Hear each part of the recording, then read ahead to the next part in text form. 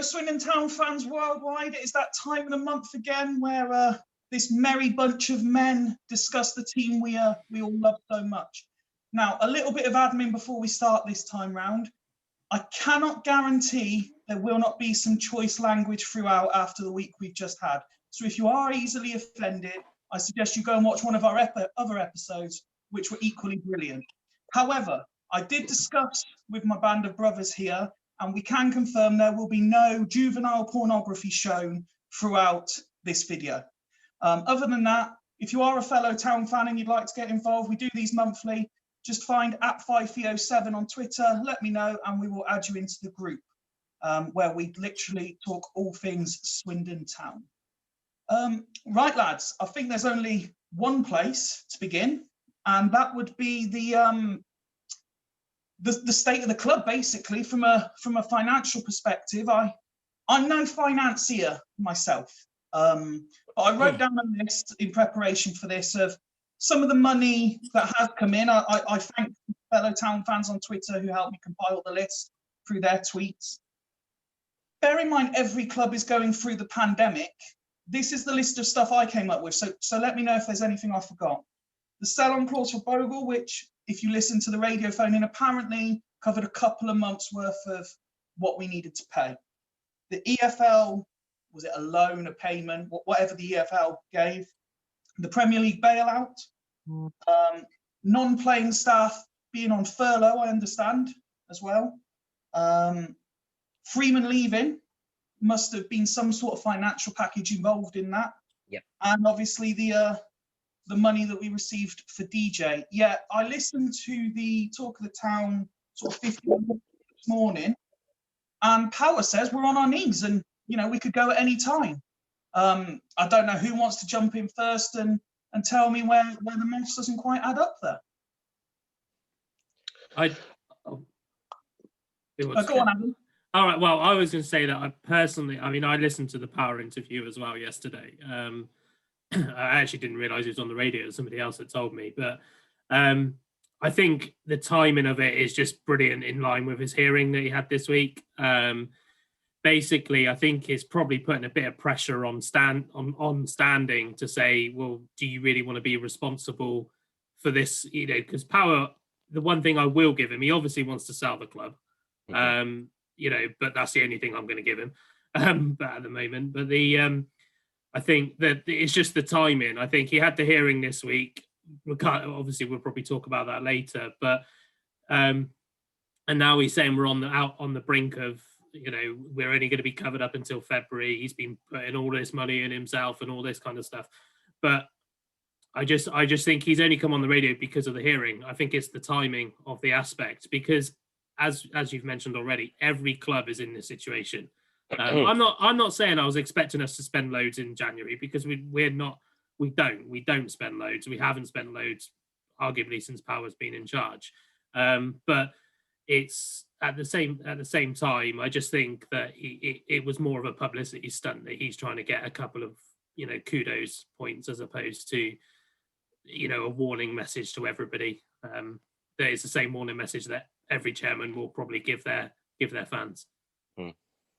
I think a telling sign is what would possibly lend a little small amount of weight to his argument is if all of a sudden you're hearing the chairman of Morecambe, Stevenage, every other club saying exactly the same. They're not, though. So how was every other club surviving a pandemic, and he's pleading poverty?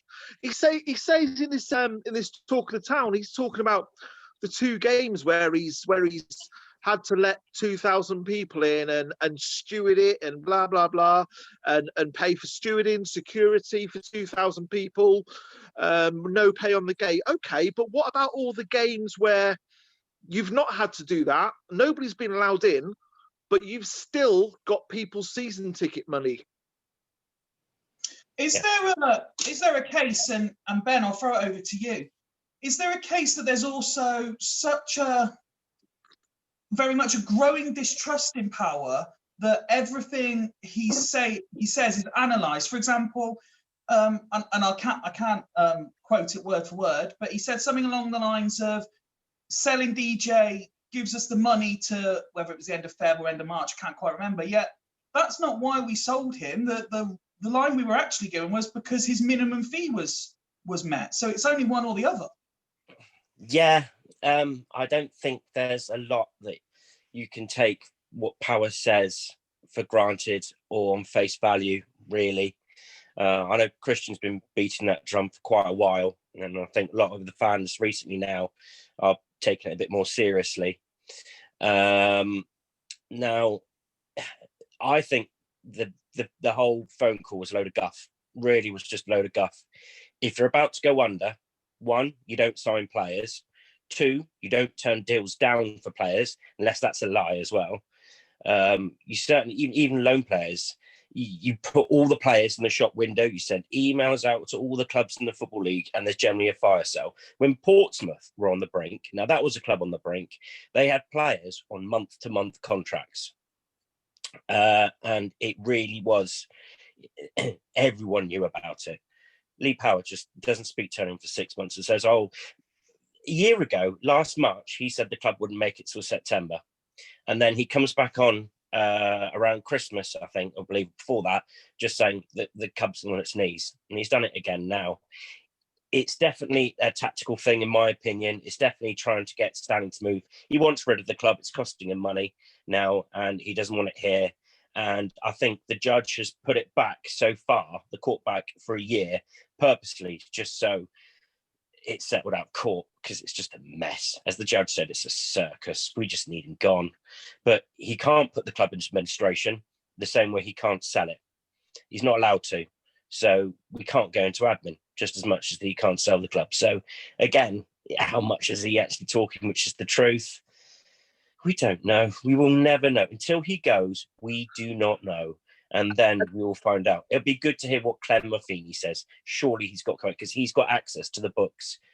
He knows. So what's going on there? But it will come out soon enough. But until then, it's just surrounded in cloud and mud and fog. It's my opinion anyway. And it doesn't help that the only person that he will talk to is Sean Hodgetts as well. Yeah.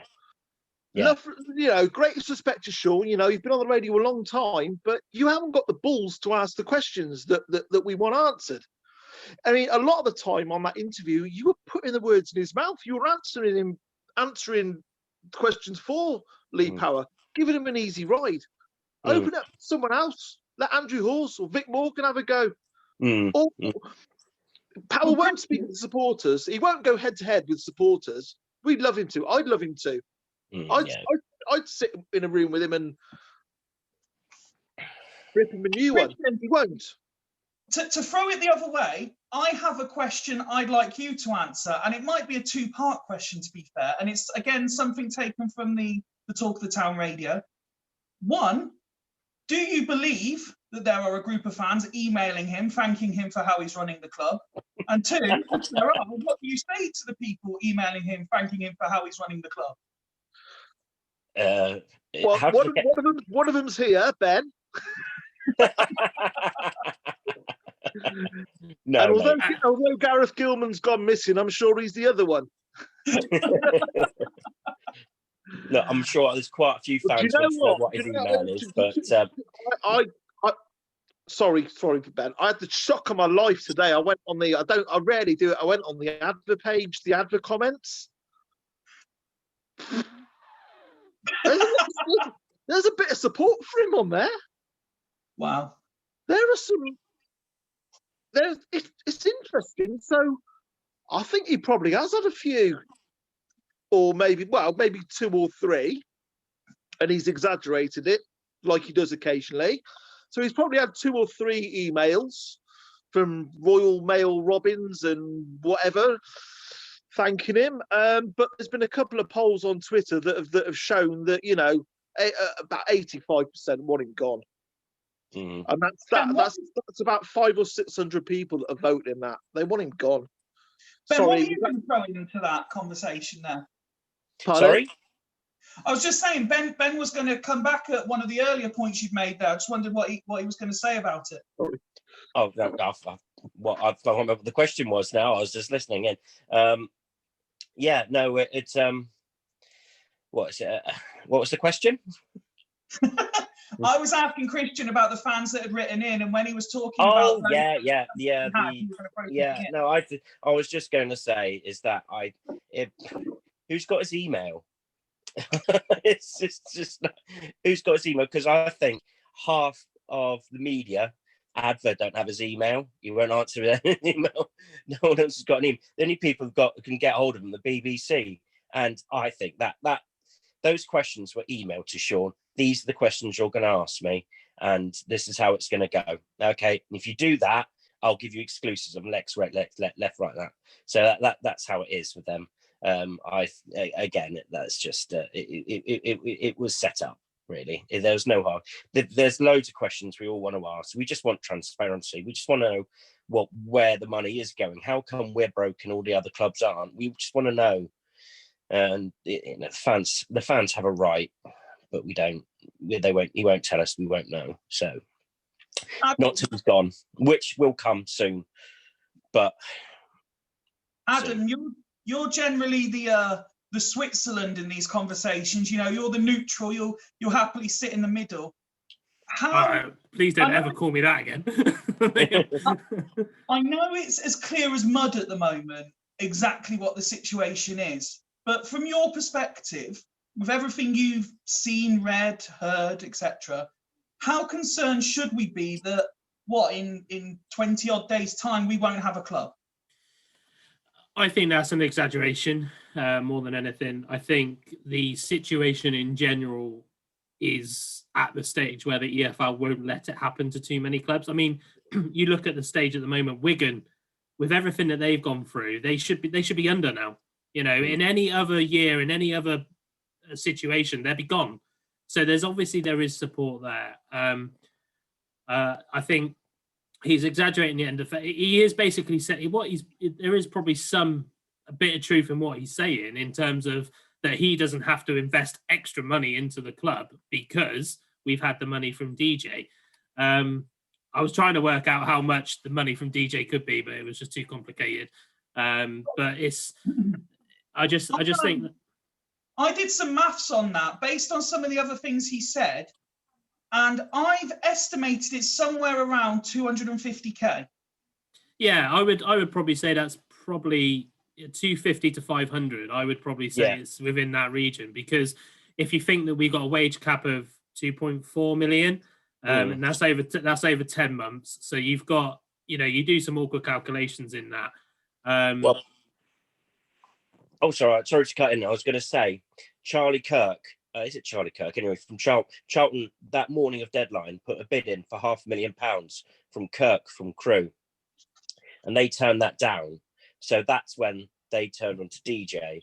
So that's £500,000 they were willing to spend. So DJ had 2.5 years left on his contract. I don't know how much Kirk is. Is Kirk a better player than DJ? I don't know. But the thing is, if he's got time left on his contract, it wouldn't have mattered anyway because he had a minimum fee. So his contract goes out the window on that situation. But if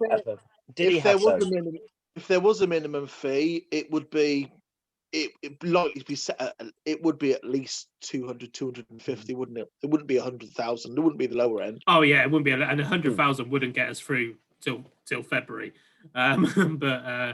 Yeah, so I just have you seen the squad? Oh, yeah, that's true. Yeah, no, but apparently we're near our wage limit, or we're not. I'm not too sure. But I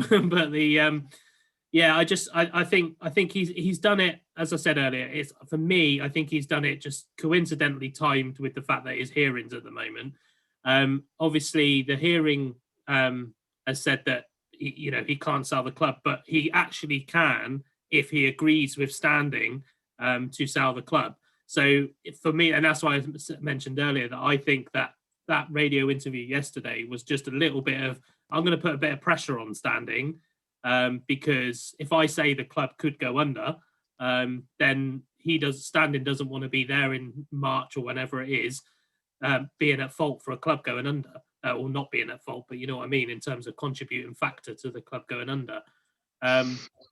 So I think it's an exaggeration. I think we'll be fine. I don't think the EFL, I think I have to admit, I normally despise the EFL and some of their decisions, but I have to admit they're dishing out a lot more support than Power is definitely saying, but then a lot of people are saying, I think.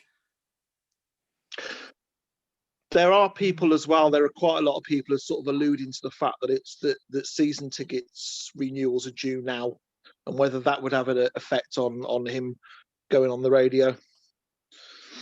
It's definitely a plausible explanation in my mind.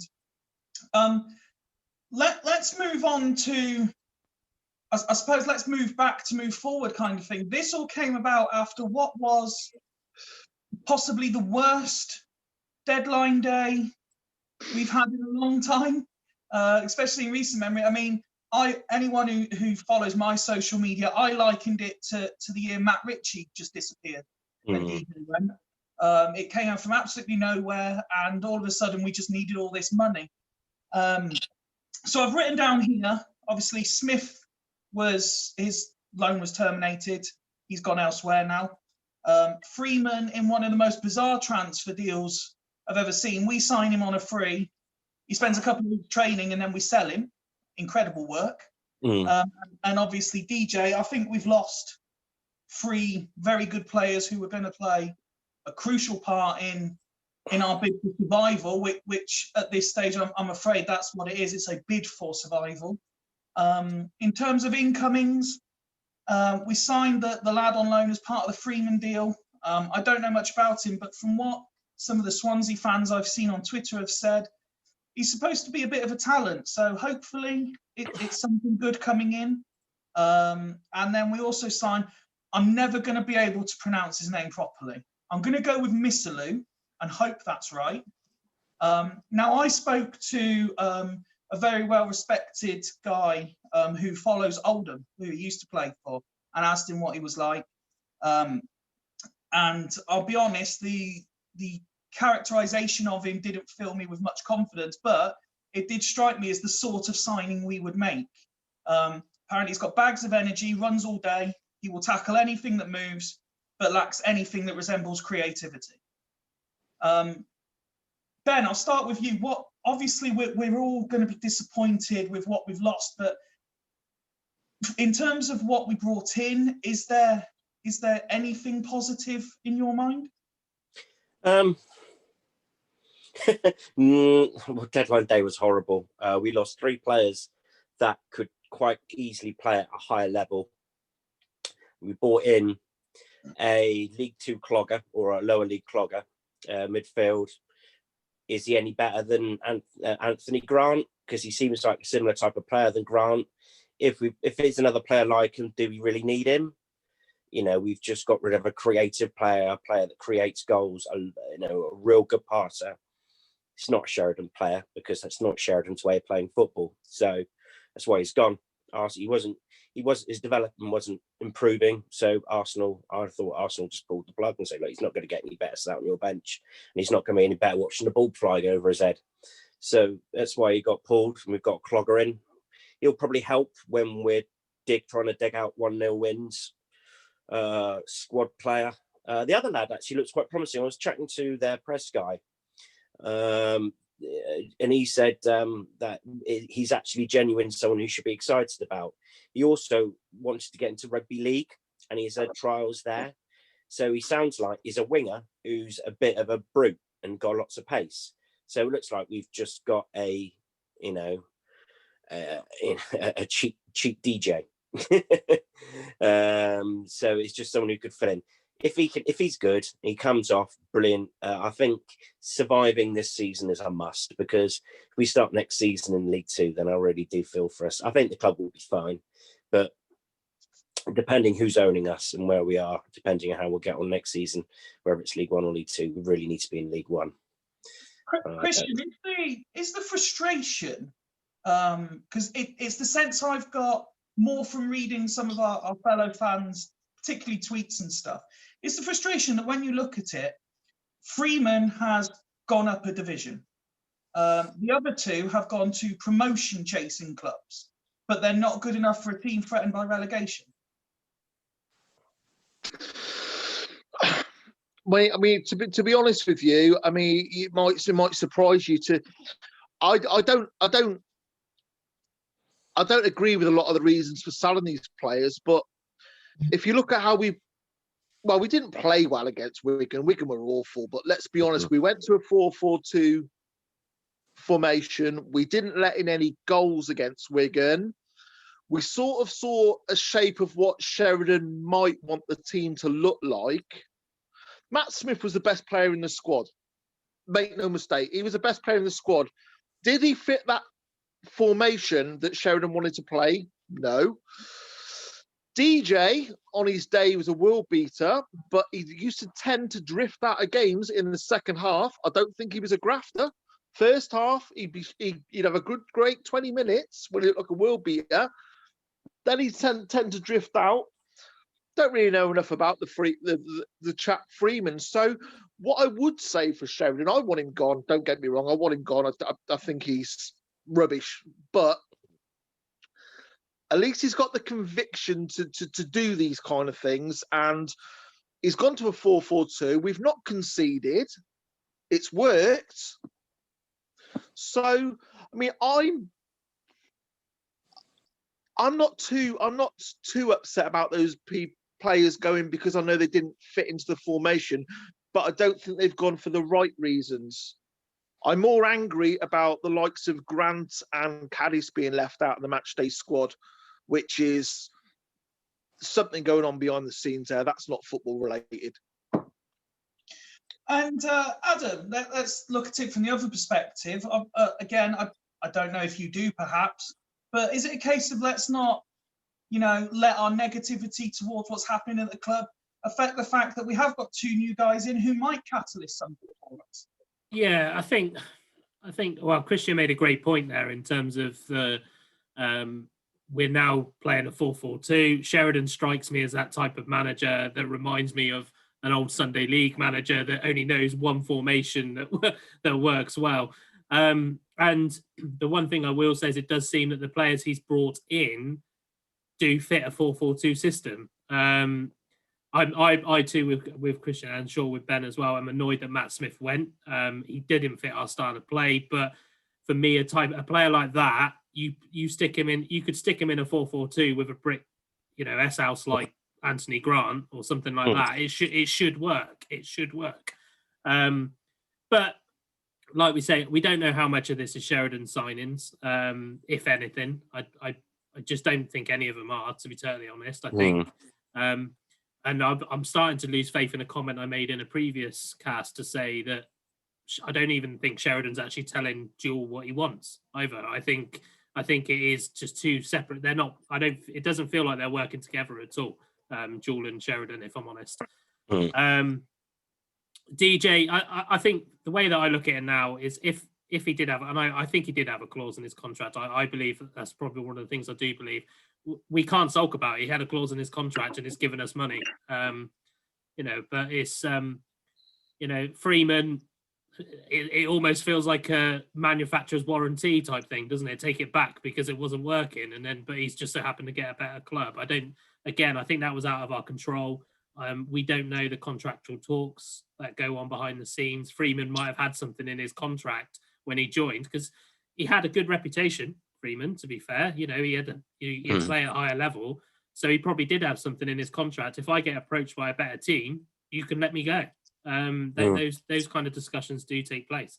But yeah, I think we do have to try and separate the off the field. It's really hard for football fans, especially the guys like us who have been fans for a long time, because we are seeing the club that was once hitting the lights of the Premier League going, potentially if we did end up going into administration at any point, we won't even be in the league. So it's but I think that's where Sheridan might be a bit smart and keeping himself away from the off the pitch activity. Because you notice Wellens always spoke about the background, always spoke about the club, always. Sheridan doesn't do anything like that. He literally just concentrates on the field, whether he does it right or wrongly. But he's doing that on purpose. But yeah, It was a dreadful deadline day, but probably more because we don't know the players that we've signed, as opposed to the players we've let go. Even before Power, we had a habit of selling really good players and sending them on loan players back. So it's but I still think we've got enough.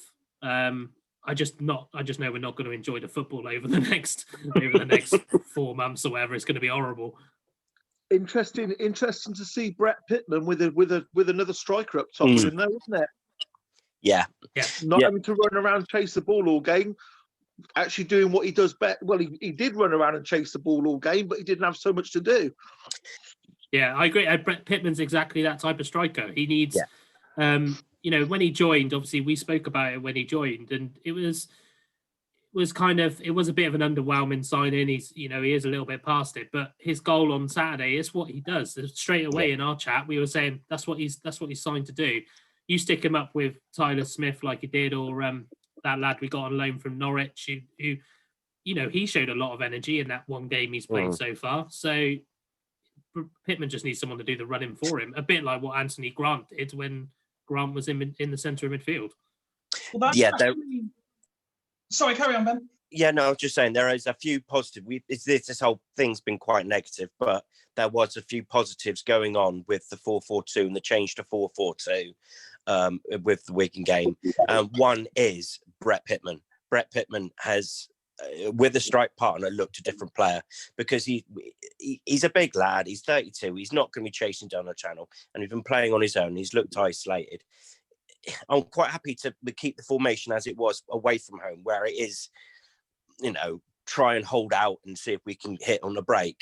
But at home, we were woeful. We've changed to 4-4-2, and we've got attacking options now.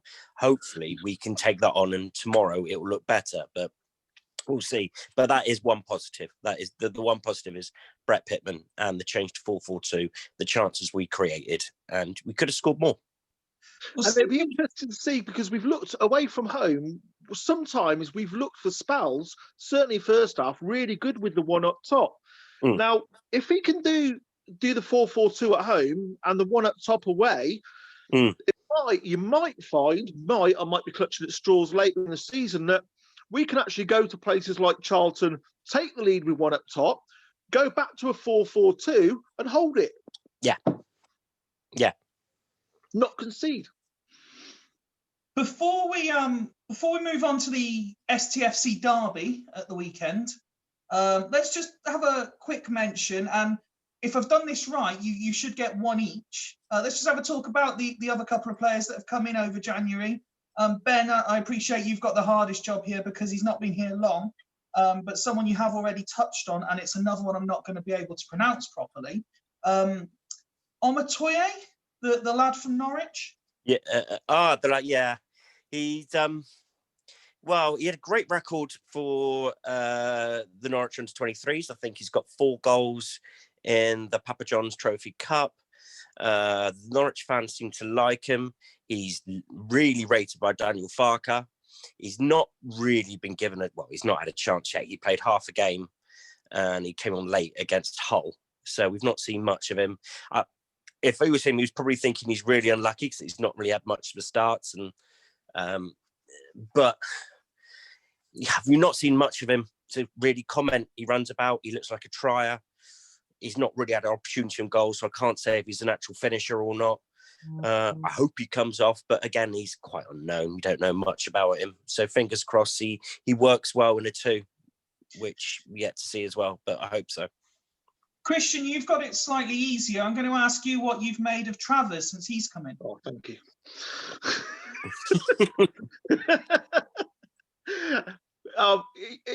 He's got a presence, and that's what you need.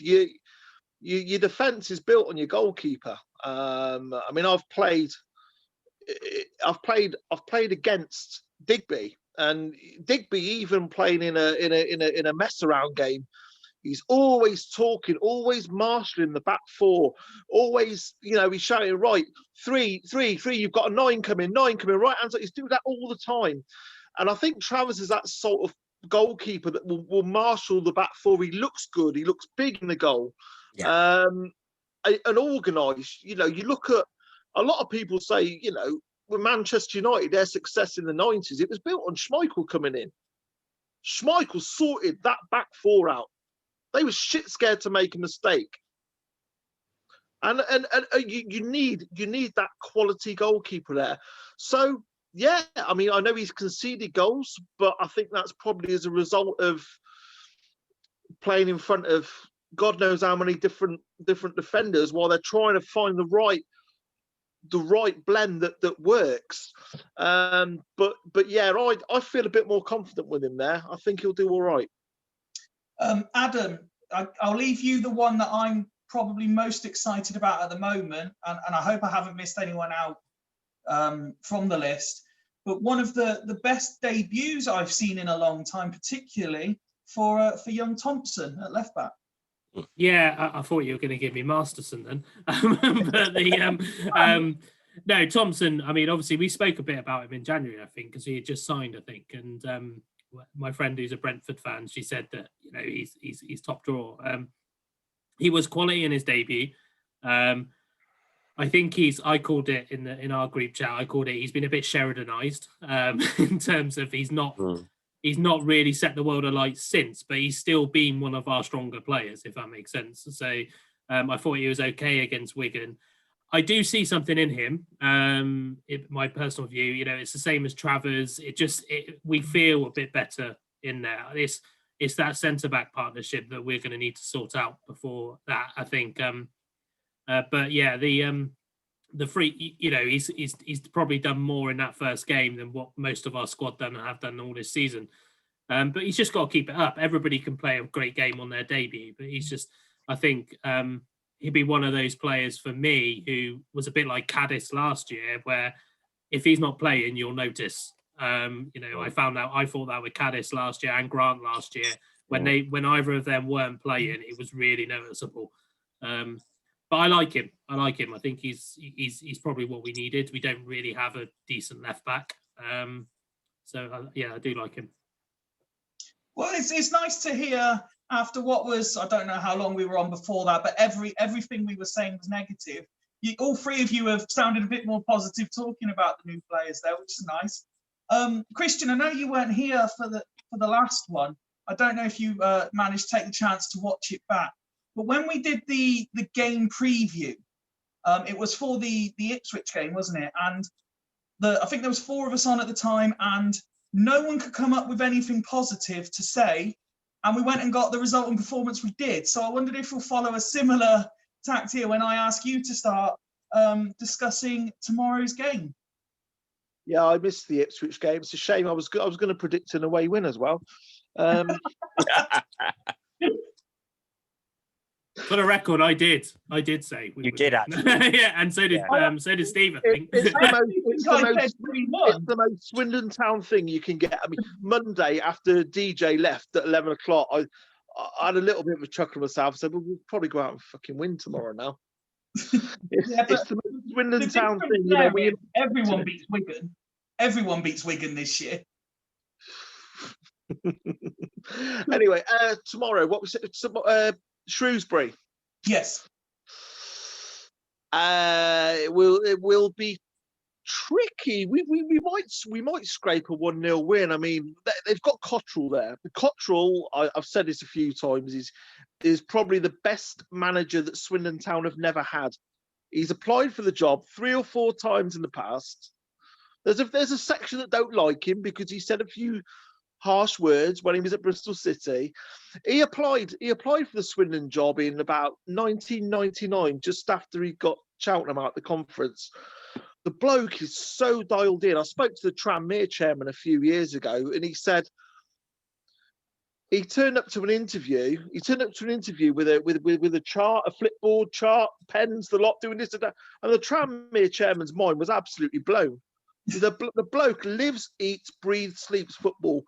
And for the bottom 2 divisions, he's probably the best manager in the bottom 2 divisions. Championship, he struggles. But if you want a manager to get you out of League 2 or League 1, it's Steve Cottrell. And we've missed a trick there.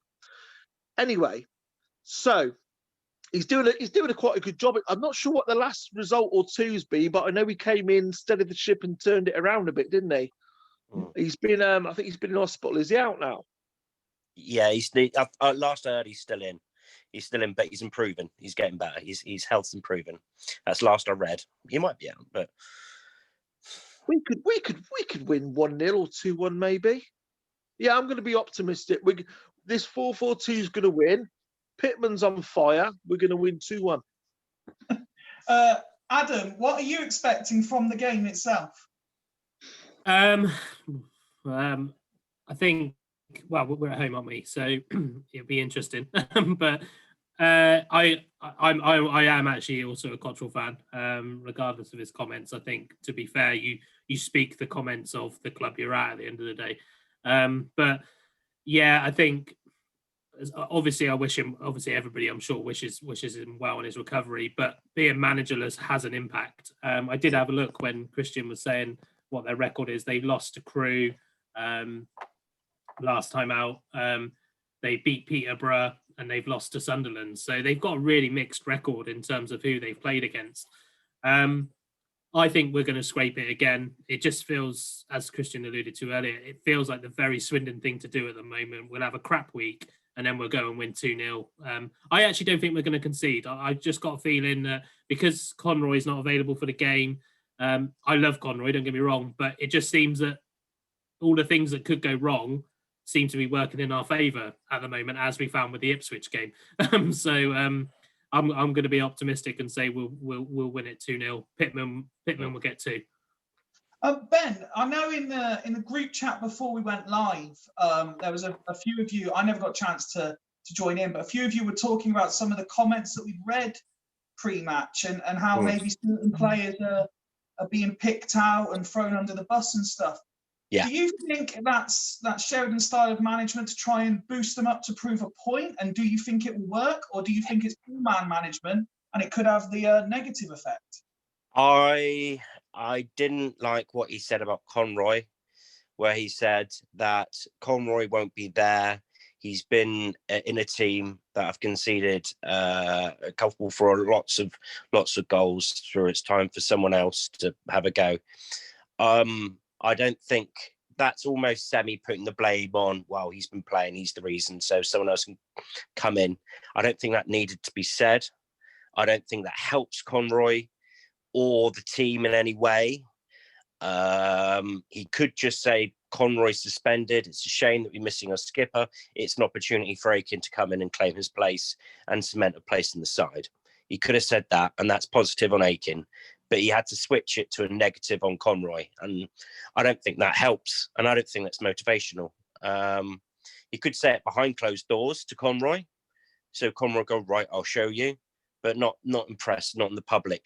There was a moan at Caddis, but I think that was misunderstood. Because I think he said that Caddis is not in the 18 at the moment because he's got cover.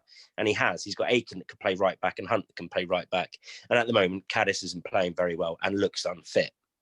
So I think that's fair enough. As in for tomorrow, if you're going to ask me for a prediction, I think it depends a lot on team selection. I am concerned he will play Curran. Whether Curran's contractually obliged to play or not, I don't know, because whether he has to play for his quota, going back to Mr. Power, if that's a real thing or not, this is allegedly, it might just be that Sheridan really likes Taylor Curran, so puts him in the squad week in, week out. That could be the case. If I can just interrupt there, I will come back to so you can finish your prediction. But as soon as you said Curran, Christian's little face lit up in the corner of my screen. I get the feeling he might have something he wants to say on that. Oh, yeah, crack on, Christian. There's no players in the squad. There's been no players in the squad for ages now that have had a 3-year contract. Well, I don't know. Harry Agomba might have had one. What a player! You know what? To be honest with you, the wicked side of me enjoys it when he comes on, just because it livens up my Twitter feed. Yeah, Twitter does explode when he comes on. But yeah, the chances. Sorry. I think if Aiken plays, we've got a good chance. I think we don't. I think we've got as good a chance as any to win. I think it's a flip of a coin. If Curran starts, I think that's -2 that we start with. So we need to score 3 to win the game. If Curran starts, I think we all know that every time he plays, that there is more than 1 or 2 high-profile mistakes in him. Every game he plays, his passing's off, he'll boot it into touch, he gets caught on the ball, and his positional playing is awful. There is no redeeming qualities in the player at all. I don't believe in the grief that he gets online. I don't believe that because it's personal, but he shouldn't be anywhere near a professional football team in any sort of way. And I have no idea why he still gets in. He's in every single squad week after week. I don't know how he gets a game ahead of Anthony Grant, who can perfectly fill up a gut hole in the back if we're short at the back, but he plays, and I don't get it. I love the refreshing honesty there, Ben. It's not necessarily something you're always associated with, is that sort of outburst. So I appreciate and respect that a lot. I'm slightly concerned that, as I said, when we met last time, everyone was so negative that I decided to opt for a win just to be positive. The fact that you've all said we could win this concerns me slightly. So I'm gonna sit on the fence slightly and go for a Desmond. a 2-2. Listen, lads, as always, it's been really enjoyable having you on. Thanks again, and hopefully see you again next month. I'll just come round. Is there any sort of final thing you wanted to say before we sign off this one? Adam, I'll come to you.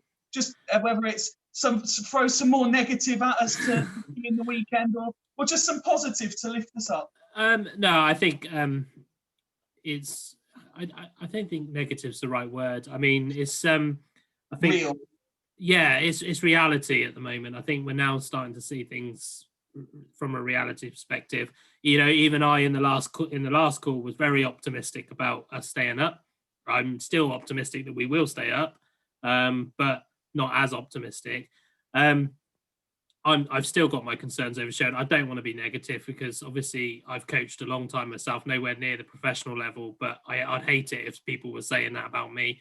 I agree with the points about Curran. I feel bad for him because all the way through my coaching career, if you like, I've always been told don't give players false hope, and I think that's what he's been given. It's you know, and I don't agree with the private messages he gets, but yeah, but I don't understand putting him in the team who's likely to make mistakes and then leaving Grant out and effectively hanging him out to dry, like I felt he did in the press conference.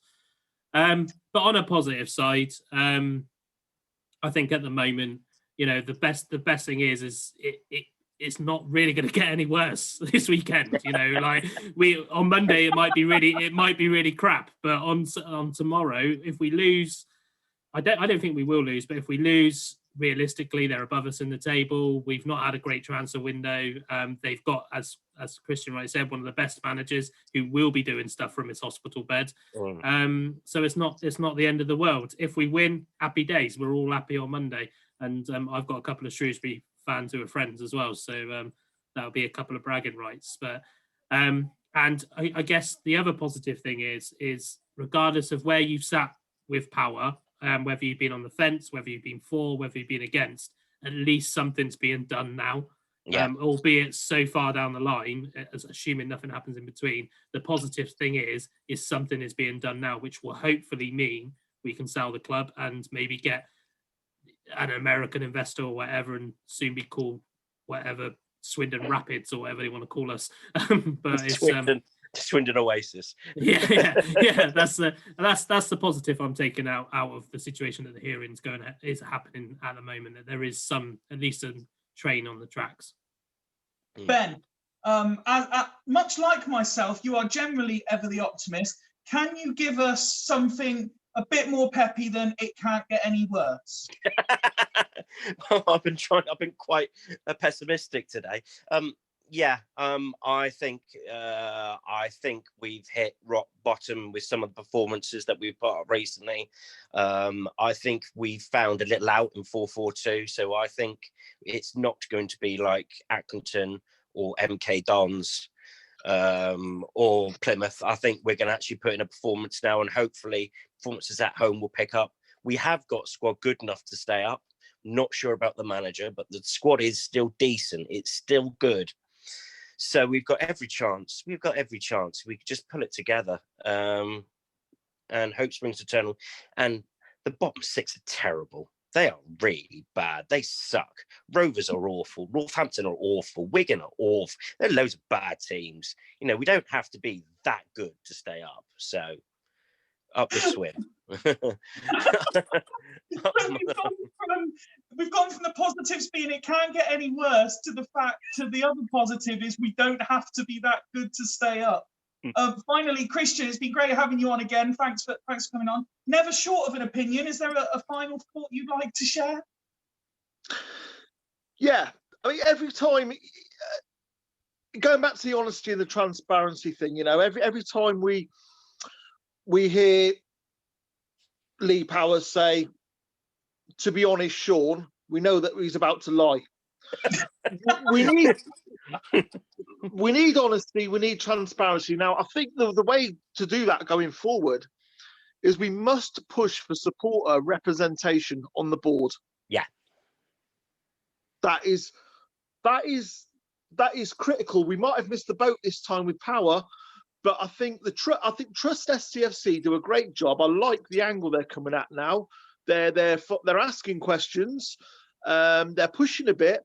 And I think the next real project should be to get supporter representation on the board. That way, we all know what's going on. Yeah. And finally, Power, sell up, piss off.